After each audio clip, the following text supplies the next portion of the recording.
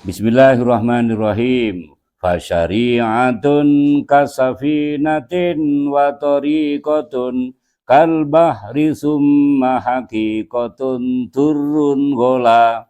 Fasyari'atun kasafinatin wa tariqatun kal bahri summa haqiqatun turun gola. Ngadapi langsung fasyari'atun ahdun bidinil khaliki wa qiyamuhu bil amri wan nahyin jala. Monggo fasyari'atun ahdun bidinil khaliki wa qiyamuhu bil amri wan nahyin jala. Fasyari'atun mongko utawi syariat iku kasafinatin koyok perahu. Syariat digambarkan oleh Syekh Zainuddin Al-Malaybari bahwasanya syariat itu seperti perahu, gambarannya perahu. Lah wa tariqatun utawi tarekat iku kal bahri koyok segoro. Wa tariqatun utawi tarekat iku kal bahri koyok segoro. Summa haqiqatun mongko keri-keri utawi hakikat iku durun mutiara sifate durun wola kang larang regani. Jadi sesuai dengan yang disampaikan oleh Syekh Zainuddin, keterangannya nanti di belakang. Nah, ini dijelaskan sekarang bahwasanya syariat itu seperti perahu. Ya, perahu. Perahu itu berarti ada yang punya. Ya, wong perahu itu gambaran sesuatu yang menjadikan kita sampai, ya, sampai perjalanan menuju kemana. Ya, gambaran sekarang yuk kapal lah, gambaran kapal, perjalanan panjang, ya. Maka tidak serta-merta kita memiliki perahu. Ya, siapa yang punya perahu? Yang punya perahu adalah Allah Subhanahu wa Ta'ala. Lantas Allah ya menggambarkan, saya serahkan kepada para rasul, nek jelas sindiran Allah Subhanahu wa Ta'ala melalui Nabi Nuh alaihissalam. Nabi Nuh diperintah bikin perahu. Sajane Allah kok gak bisa bikin perahu, yo kentengan lah Allah bikin perahu. Akhirnya rasulnya yang diperintah bikin perahu. Jadi yang ternyata yang bikin perahu aslinya rasul. Ya dibentukno Allah. Lah perahu ini butuh untuk berjalan. Lah kita naik perahu tanpa ada nahkoda, tanpa ada yang menghantarkan kita, mustahil kita bisa nyampe di tengah-tengah lautan. Ya, karena perahu ini butuh orang yang ahli. Kalau dulu ada layarnya, nih angin gebes iki apa carane. Ini kalau nggak ahli, tangannya sok cuklek kabeh.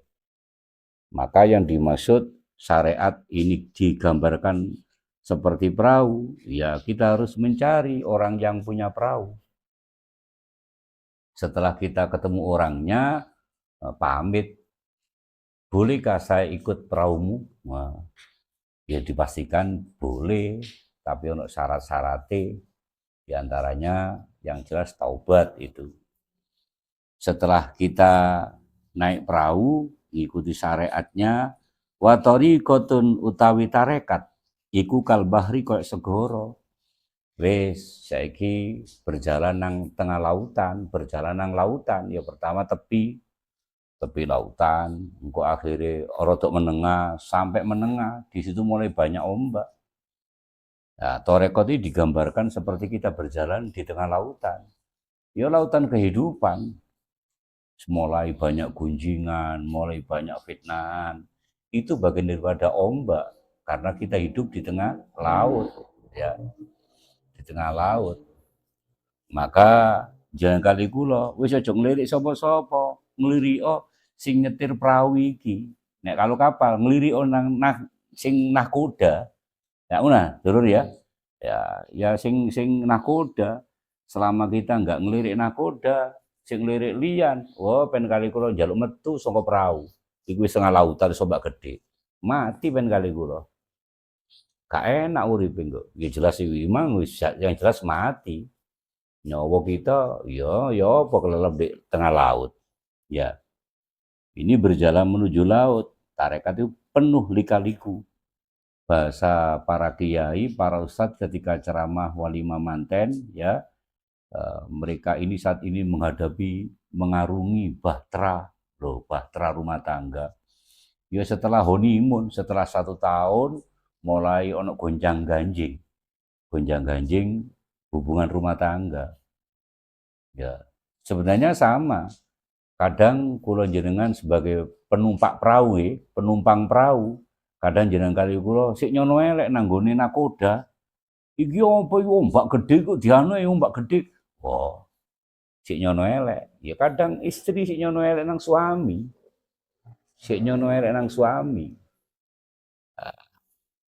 Jadi lupa kalau tarekat itu bagaikan berjalan di lautan. Kemudian setelah di tengah lautan wis engko semakin di tengah lautan itu semakin anteng kok. Ya. Ini perjalanan kira-kira dawane 300, 400 hingga 1 kilo baru ono ombak. Engko kira-kira di tengah lautan sudah tenang kok. Summa hakikatun mongko keri-keri utawi hakikat iku durun mutiara. Sifate durun wola kang mahal kang larang regane. Lah setelah di tengah lautan jangan kali kula diperintah wis rada tenang ombake wis. Ya, rada tenang ombake. Ya, sebenarnya kita sudah lulus dari sabar, kita lulus dari syukur, baru jegur nang lautan. Untuk menyeimbangkan antara sabar dan syukur, ini jegur nang lautan. Mengambil mutiara, di situ banyak mutiara. Jenengan kali kula sudah pandai bersyukur dan pandai sabar, ya ndik sabare lu kadu syukure, ya ndik syukure lu kadu sabar. Iku lho maksudnya hakikat. Artinya ketika kita sudah berjalan di tengah masyarakat, pasti ada gunjingan, pasti ada cacian, dan ada pula yang memuji kita. Nah, itu sama. Kita hidup, kita tenggelam dalam lautan. Delok apa maneh kita? Sudah tenang, tinggal mengambil mutiara. Apa mutiara apa? Mutiara Ar-Rahman. Ini berarti kiri. Mutiara Ar-Rahim kanan. Mutiara Al-Mudhil menghina itu kiri. Mutiara Al-Mu'iz kanan. Wis, sampean lihat Asmaul Husna itu terjemahnya. Ya minus plus. Sabar syukur. Karena sudah pandai mengambil hikmah, karena sudah bisa mengambil mutiara, ya wis dadi mutiara. Gak ono hinaan, gak ono merendahkan kabeh tujuane ngenakno kita. Kita dihina dalam rangka katanya dimuliakan. Ya, kita direndahkan, mau ditinggikan. Nah, di sini yang dimaksud bahwasanya penjelasan syariat itu bagikan seperti perahu, tarekat itu seperti lautan, hakikat itu mutiara. Ini perjalanan menggambarkan seorang pejalan menuju Allah, banyak rintangan, banyak halangan, tetap jalano. Karena untuk mencapai durun, untuk mengambil durun mutiara yang harganya mahal itu memang harus soroloro. Kalau nggak siap soroloro, mustahil kita akan mendapat mutiara. Dilanjutkan, fasari atun mongko utawi syariat, iku ahdun, ngelakoni. Syariat itu menjalani bidinil kholiqi kelawan agamani Allah subhanahu wa ta'ala. Jadi syariat itu menjalani menjalani agama Allah. Lah waqiyamuhu utawi jejekno din, nek mriki maknane jumenengi, ya. Waqiyamuhu utawi jejekno agama, ora jejekno bil amri kelawan nekani perintahe, sekaligus wan nahilan ngedoi larangane ya iku injala pertelo opo amr lan nahi itu injala jelas tentang perintah dan larangan itu. Jadi syariat itu adalah mengambil agamanya Allah Subhanahu wa taala. Maksudnya mengambil apa? Menjalani dinil kholik. Apa din itu? Din itu siratal mustaqim. Bahasa lain bisa hanif.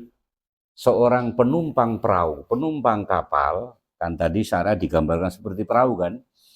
Penumpang kapal ini benar-benar menjalani hatinya sudah lurus. Lurusan sapa? Lurus nang nahkoda. Wis gak ndelok liyane wis. Gak ndelok nahkoda liyan. Karena saya ikut perahu ini. Ya. Dulur-dulur yang di Qadiriyah melihat siapa nahkoda Qadiriyah. Kalau masrobnya jelas si Abdul Qadir. Oh, dulur-dulur yang ikut Tijani, ya melihat masrobnya.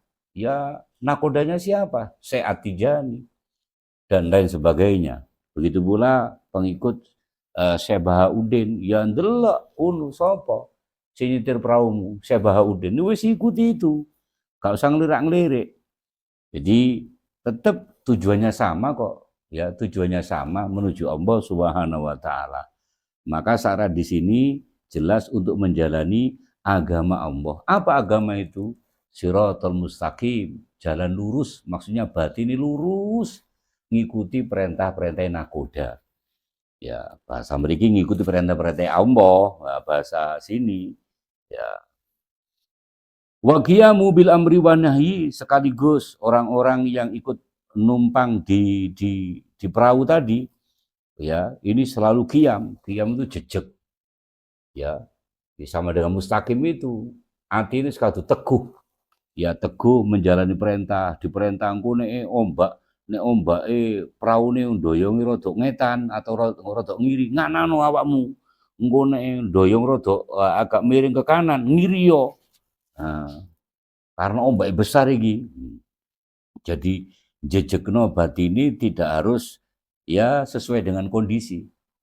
Kondisi hawa, kondisi nafsu, kondisi luar itu ya tetap hati kita selalu qiyam, selalu jejeg, nggak sampai apa ya, nggak sampai doyong, meskipun lahirin doyong, meskipun rogo kita doyong, tapi batin kita selalu mendatangi perintahnya sekaligus menjauhi larangannya. Karena apa?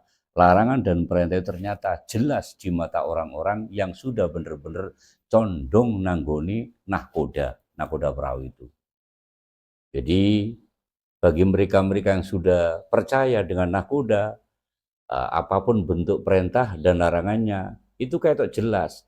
Nek kita hindari perintah ini tidak saya hiraukan, pasti nanti akan gak selamat aku.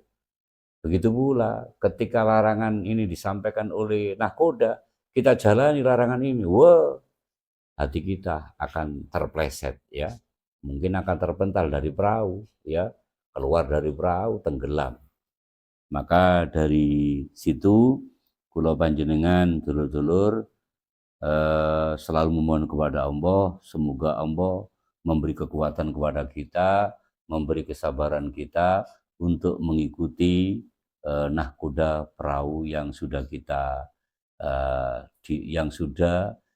diperkenankan untuk naik di perahunya itu.